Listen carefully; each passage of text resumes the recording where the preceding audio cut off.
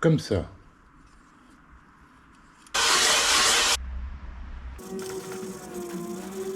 J'appuie que très légèrement sur la came. Oh la vache!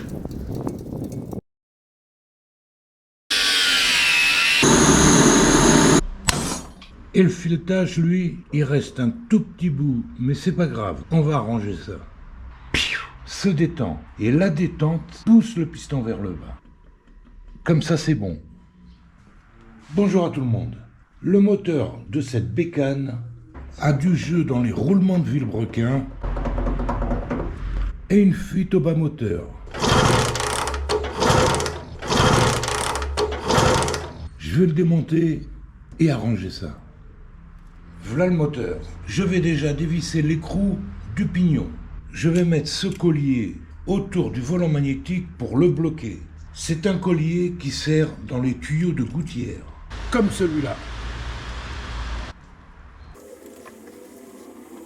L'écrou du pignon a un filetage à l'envers. Pour le dévisser, je dois tourner dans le sens d'une montre.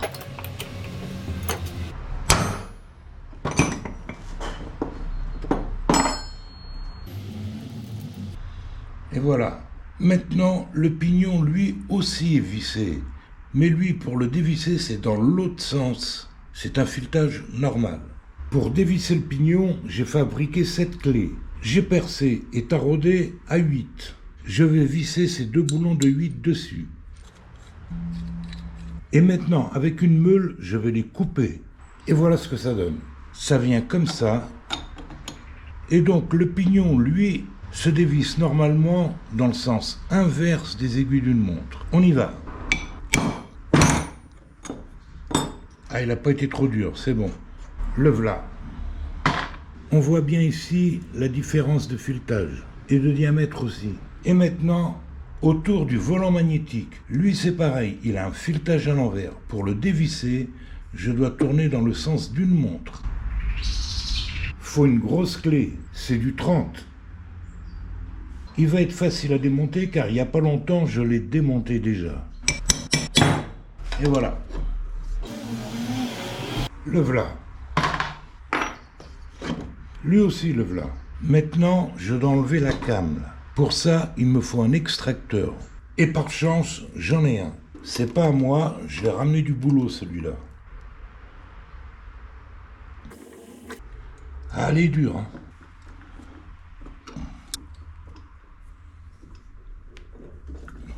Poser là-dessus, ça ira peut-être mieux. Elle est dure.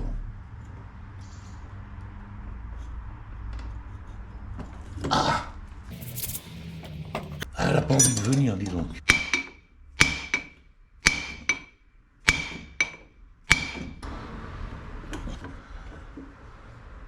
Je vais bloquer ce truc avec un serre-joint.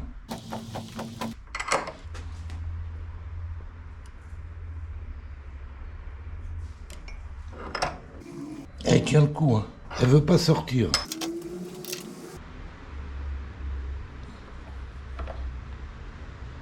Ah, il y a un truc qui va péter là. Je sais pas quoi, mais je sens qu'il y a un truc qui va péter là. Ah ouais, merde. Oh la vache. L'axe là, il s'est fendu, dis donc. On voit bien que j'ai tout bousillé là. C'est parce que la pointe de l'extracteur n'est pas compatible avec ce vilebrequin. Mais bon, j'ai que ça, alors on continue. Ce que je vais faire, je vais mettre un peu de dégrippant et je reviendrai demain. Tu vois le coup, demain quand je vais revenir, elle sera sortie toute seule, pendant la nuit. Ça fait donc toute une nuit que l'extracteur est sous pression, bloqué à fond. Et lui, il n'a pas bougé. Alors je me suis dit, je vais chauffer la came ici, là, et normalement, elle va se dilater et sortir. Mais pour chauffer, je dois tout démonter. Bobine, condensateur, vis platiné. On y va. La bobine pour la lumière, j'ai réussi à l'enlever. Mais la bobine d'allumage, j'y arrive pas. J'arrive pas à enlever le goujon ici, là. Je voulais la monter, mais elle touche la came ici. Je dois d'abord démonter la came. Du coup, je la laisse.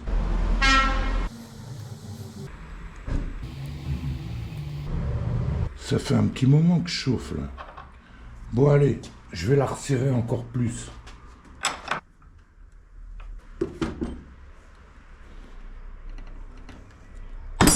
Fausse alerte, c'est lui qui a lâché. Et le truc, il est encore pire. Bon, l'axe, il a encore cassé plus que ça. Il faut que j'enlève cette bobine. Les goujons, je vais les sacrifier, je vais les enlever à la tenaille.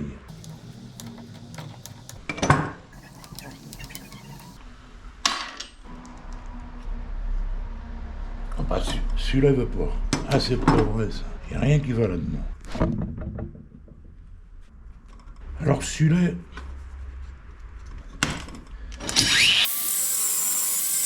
je vais le percer.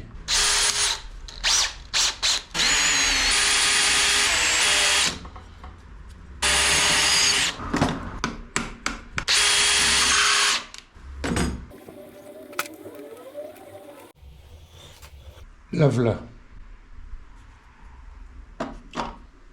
Je vais couper le bout cassé là.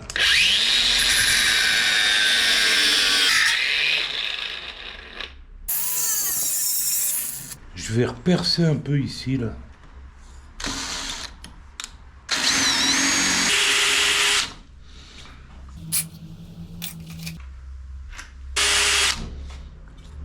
J'ai remis un petit coup de forêt pour accueillir la pointe de l'extracteur.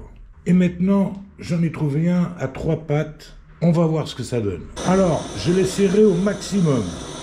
Je chauffe. Ah, c'est vachement chaud là, je comprends pas. Là, je l'ai chauffé, il est devenu même bleu. Et l'axe, lui, il s'est encore ouvert en deux là. Ce que je vais faire, je vais percer l'axe jusqu'à l'éliminer, jusqu'à la partie du fond là.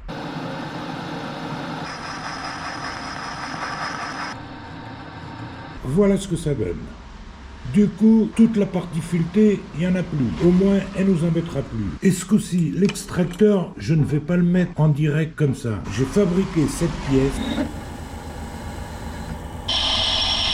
La partie pointue va dans l'empreinte du forêt. Et ici, ce trou va servir à la pointe de l'extracteur, comme ça.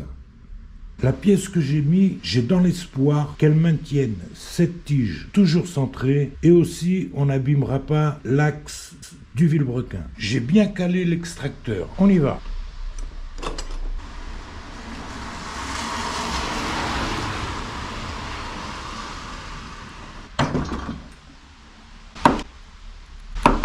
Ah, c'est dur. Bloqué comme ça, j'ai jamais vu encore. C'est l'extracteur qui a dû glisser, je vais le remettre. Je l'ai remis en place, mais ce coup-ci, j'ai mis un collier pour pas qu'il glisse.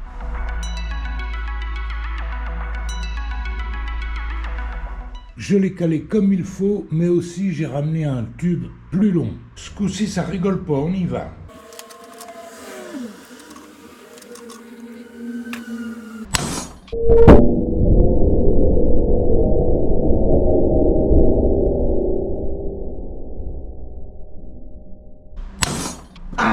Elle est sortie. La voilà, la madame.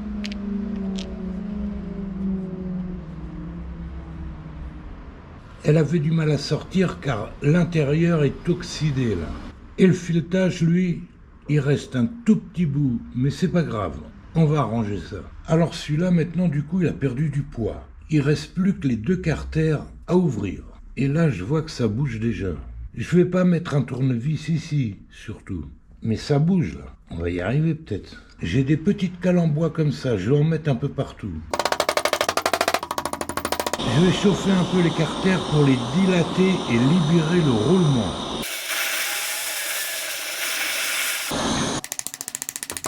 Il sort celui-là. En voilà un, dis donc. À l'autre maintenant.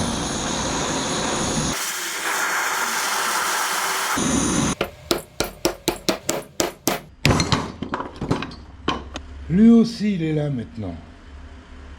On peut voir qu'il n'y a pas de joint du tout. C'est juste de la pâte à joint qu'ils ont mis. C'est pour ça que le bas moteur avait plein de fuites. On voit aussi l'intérieur, il y a eu de l'eau là-dedans. Et le vilebrequin, il est rouillé. Et les roulements aussi, ils sont rouillés. Et maintenant, on enlève les roulements. Et là, je m'en fous, j'y vais au tournevis. Du coup, cet extracteur passe ici, là. Ça va peut-être aller.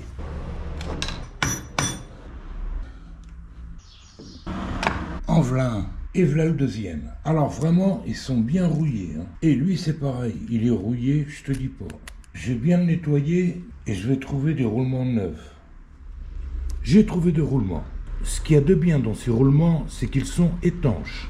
Ils sont déjà graissés à l'intérieur, mais aussi, les anciens roulements, on voit des trous de lumière. Donc, je pense qu'il y avait quand même des passages de pression et de dépression qui passaient par là et sortaient ici autour de l'axe. J'ai nettoyé les deux carters. Je vais profiter de rectifier cette surface. La dernière fois, je ne l'ai pas fait, car ici, il y avait la bielle qui dépassait. Maintenant, on peut. Et bien sûr, pour rectifier la surface, j'ai boulonné les deux carters ensemble. Mais je n'ai pas bloqué les boulons, car les deux parties là ne sont pas obligatoirement à la même hauteur. On voit bien que cette partie est un peu plus haute que celle-ci. Là, le tournevis, on voit qu'il bute. Ici, ça peut aller. Donc, pour être sûr de pouvoir mettre les deux carters à la même hauteur, je vais visser le cylindre dessus. Donc, le cylindre, je l'ai serré pas très fort, de façon à approcher les deux carters à la même hauteur. Et maintenant, je vais bloquer tous les boulons des carters.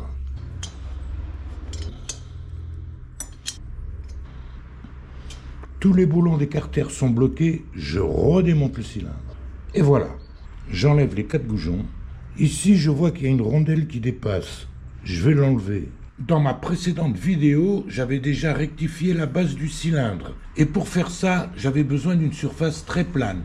J'ai pris la porte d'un vieux micro-ondes, mais le miroir de la salle de bain ou le carreau d'une fenêtre assez épais, ça irait très bien aussi. Je vais déjà commencer avec de la toile abrasif de 80.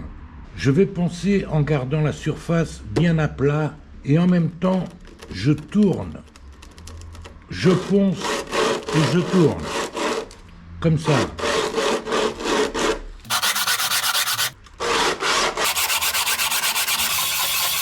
Déjà, on peut voir qu'ici et ici, là, il y a une mauvaise portée. Il devait y avoir sûrement des fuites là aussi. Et voilà ce que ça donne. Maintenant, je vais finir avec du papier de verre à l'eau. C'est du 600. Un peu d'eau.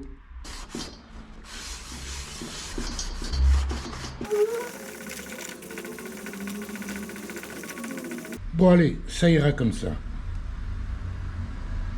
Maintenant, je vais faire la surface du carter moteur. Mais je ne le fais pas avec du 80, c'est trop gros. Je le fais seulement au 600. Car les roulements à billes butent dans le fond. Et si on enlève trop de matière, on aura un tout petit jeu ici, car les roulements seront comprimés. Je vais juste adoucir la surface. Voilà ce que ça donne. Ici, il y aura encore un petit peu, mais ça ira quoi. Car il n'y a pas de joint ici, c'est que de la pâte à joint. Et cette partie, elle a un petit épaulement là, alors je ne peux pas la rectifier. Du coup, je vais compter sur la pâte à joint, qu'elle rende ça bien étanche. Maintenant, je vais m'occuper du vilebrequin. Et comme on l'a vu tout à l'heure, il n'y a plus de filetage ici. Pour réparer ça, je vais percer et je vais tarauder à 8 mm. Mais avec un tarot à gauche. Ce sera un filetage à l'envers. Et pour percer et tarauder bien dans l'axe, ici au boulot, on a un petit tour qui va nous rendre un grand service.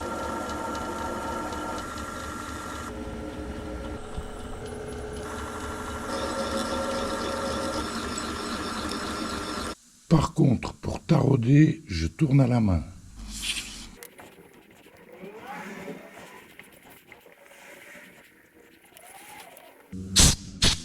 Le tarot, je l'ai pointé sur le tour pour avoir un bon alignement. Maintenant, je finis à la main, car à la main, on peut sentir si le tarot va casser ou non. Si on le casse, c'est une grosse galère à retirer et des fois impossible. Quand on taraude, on coupe le copeau et on revient toujours en arrière pour enlever ce copeau, comme ça.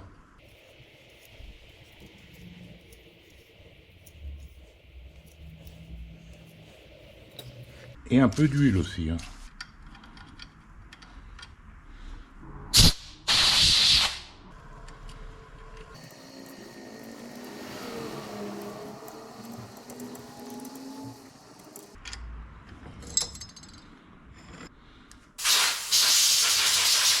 Et voilà ce que ça donne.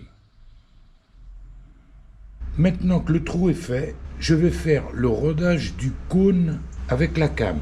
Ici, la bielle, je vais la protéger pour pas que, au cas, il y aurait de l'abrasif qui rentrerait dedans. Alors, j'ai pas d'étau, j'ai fait un trou dans l'établi et je l'enfile là-dedans. Je lui visse un truc comme ça pour plus qu'il bouge. J'ai ici de l'abrasif en poudre, c'est du grain de 400. Moi, je l'ai eu au boulot. Mais on peut très bien faire ça avec de la pâte à roder les soupapes de moteurs de voiture. On trouve ça chez les marchands de pièces automobiles. Je mets une goutte d'huile. 3 gouttes.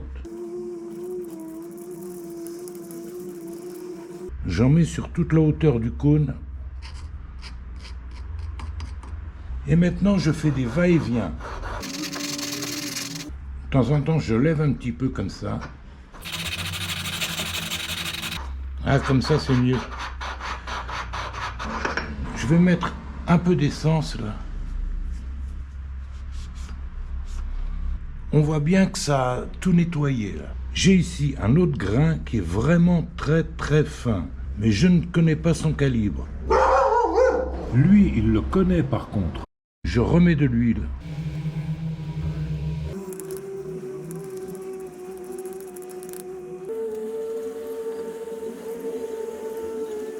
On sent bien que ça gratte, beaucoup moins. J'appuie que très légèrement sur la came. Je crois que c'est bon. Voilà ce que ça donne. Et l'intérieur de la came, pareil. Et maintenant, si je fais ça, là ça tient. Bah ça tient bien, quoi. Si je tape un coup comme ça,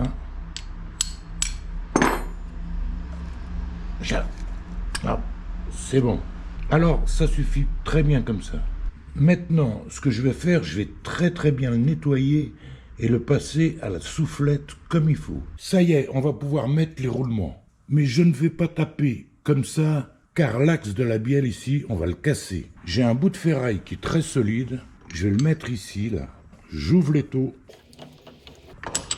Et maintenant, ici, on va pouvoir taper. Le roulement, je ne tape pas sur l'extérieur, mais sur l'intérieur. Et je vais me servir de ce tube pour taper. Je mets un peu d'huile.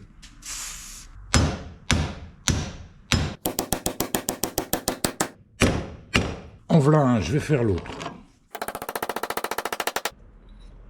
Super. Avec tout ça, on va pouvoir remonter le moteur. Déjà, les carters, ils ont un sens. Ou c'est comme ça, ou c'est comme ça. De ce côté, il y a les deux fixations de la flasque des bobines d'allumage. La came vient de ce côté, donc ça va comme ça. Déjà ici, je mets un peu d'huile. Ici aussi, j'en mets de l'huile. On y va. Je tiens le vilebrequin comme ça, et avec un maillet, je tapote. On voit ici que le roulement est à fond. De la pâte à joint. Je vais passer un petit coup de pinceau là, pour qu'elle soit bien incrustée comme il faut. Pareil à l'autre. Et maintenant, je refais un cordon plus généreux. Ça y est, il y en a partout là. Je remets un peu d'huile. Un petit peu aussi là. Et on recommence. Je mets les vis. Et maintenant, avant de bloquer les boulons là, je vais mettre le cylindre pour mettre les deux carters au même niveau. J'ai remis les 4 écrous du cylindre. Je les serre un peu. Je les ai serrés un petit peu pour approcher les deux carters au même niveau. Maintenant, je redesserre un tout petit peu. pour libérer les deux carters car on va encore les resserrer. Maintenant qu'on est sûr que ces deux carters sont au même niveau, on peut bloquer définitivement les boulons du carter. Un petit peu celui-là, un petit peu celui-là, un petit peu celui-là, un petit peu celui-là et un petit peu celui-là. Maintenant qu'ils sont tous un petit peu, je vais les bloquer. Tout est bloqué. Je redémonte le cylindre. C'est à son tour maintenant. Lui c'est pareil, il a un sens aussi. Le déflecteur vient du côté échappement, comme ça.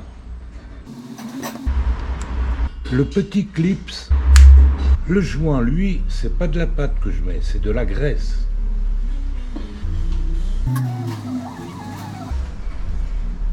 Pour remettre le piston, j'ai fait des repères sur le cylindre et sur le piston. Et cette histoire, je l'explique dans ma précédente vidéo.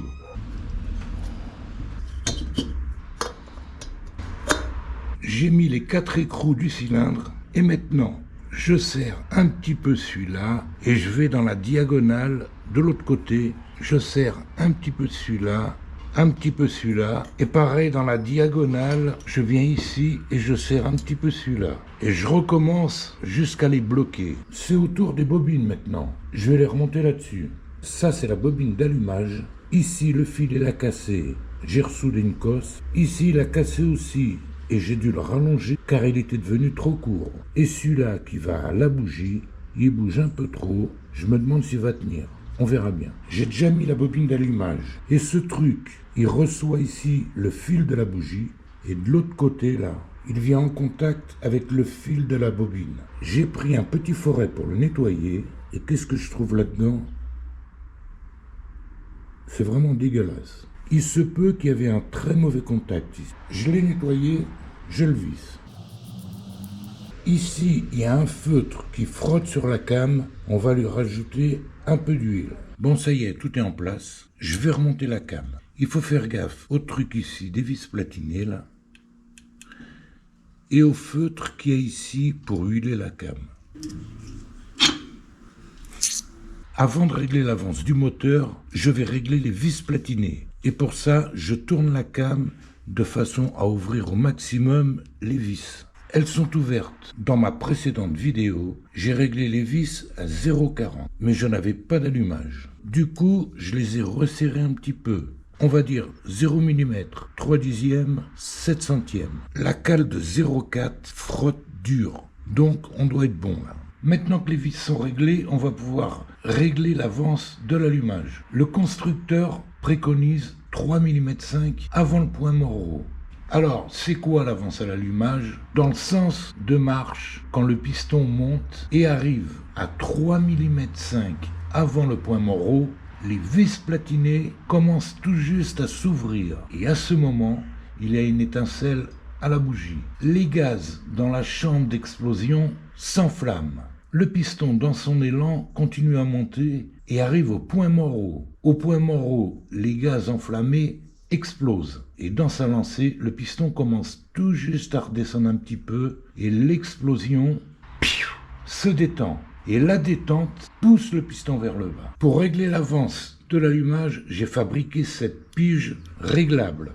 J'ai fait une vidéo là-dessus qui est sur ma chaîne pour ceux que ça intéresse. Je la visse à la place de la bougie. Maintenant, avec cette pige, je vais chercher le point mort haut du piston. Je le tourne dans le sens de fonctionnement. Je la serre un peu. Là, je bute sur la tige. Je la desserre. Encore un peu. Trop, je redescends. Là, on est au point mort haut. On voit la tige qui bouge un petit peu. Je reviens légèrement dans le sens inverse. Maintenant, je vais régler cette aiguille sur ce repère ici. Et je serre l'écrou pour plus qu'elle bouge, sans toucher à cette vis ici. L'aiguille rouge est en face du repère. Un tour égale 1 mm. On doit donc descendre de 3 mm 5. 3 tours et demi. Un tour 1 mm. 2 tours 2 mm. 3 tours 3 mm. Je viens sur l'aiguille noire, ça fait un demi-tour, donc on est à 3 mm et demi. Je mets maintenant, dans le sens de la marche, le piston en contact avec la tige. Voilà, il est en contact. Donc à ce moment-là, les vis doivent commencer à s'écarter pour donner une étincelle. Et pour trouver l'écartement des vis, on va s'en servir comme interrupteur électrique. J'ai ici une petite ampoule avec des piles. Je branche un fil à la sortie des vis platinées, ici, et l'autre fil à la masse. Là, les vis platinées sont en contact, donc l'ampoule est allumée. Je vais tourner la came. Quand les vis vont s'ouvrir un tout petit peu, l'ampoule doit s'éteindre. Je tourne tout doucement. Elle vient de s'éteindre. Donc, on est à 3 mm en dessous le point mort haut. À ce moment-là, l'étincelle va jaillir de la bougie. J'ai oublié de dire que quand on branche l'ampoule, il faut débrancher la masse de la bobine d'allumage, car sinon, si j'appuie dessus, elle va s'allumer. Ça veut dire que si on laisse la masse, l'ampoule ne s'éteindra jamais. Maintenant que la came est au bon endroit, je lui mets un coup de maillet pour la bloquer. Voilà. Alors on reteste un coup là. Hop, hop. Voilà. Comme ça c'est bon. Je rebranche la masse et je vais mettre le volant magnétique. J'ai remis le volant.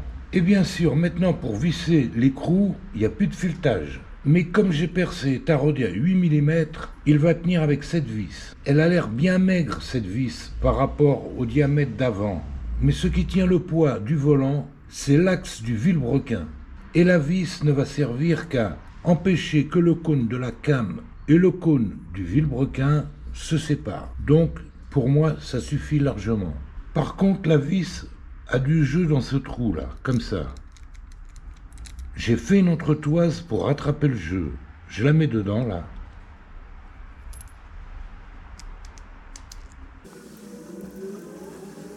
Il y a à peine un tout petit jeu.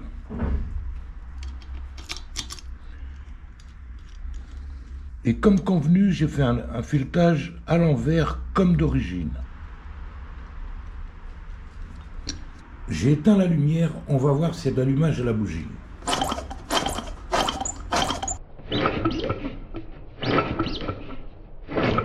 Ça va aller. Ça y est, le moteur est là à sa place. Maintenant, on va voir si elle démarre. Elle a du mal à démarrer. Je vais y aller à la visseuse. On y va.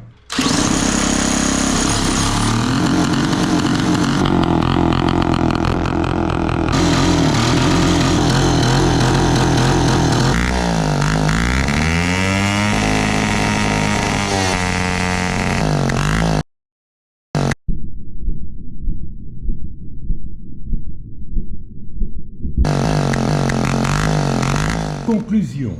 Aïe. Alors, il tourne comme une patate. Aussi, on a vu des étincelles sortir de là-dedans. Tu vois le coup, c'est des bouts de segments qui ont pété. Je sais pas. Aussi, il faut se dire que le piston, le cylindre ont beaucoup de jeu. Les vis platinées et le condensateur sont plus vieux que moi. Et pour trouver des pièces neuves pour ça, ça va être dur. Alors, je sais pas si ma prochaine vidéo sera là-dessus. J'espère que si, car ça me démange déjà de tout redémonter. Ou sur un autre truc. Mais en tout cas, je vous remercie et à bientôt j'espère. Salut!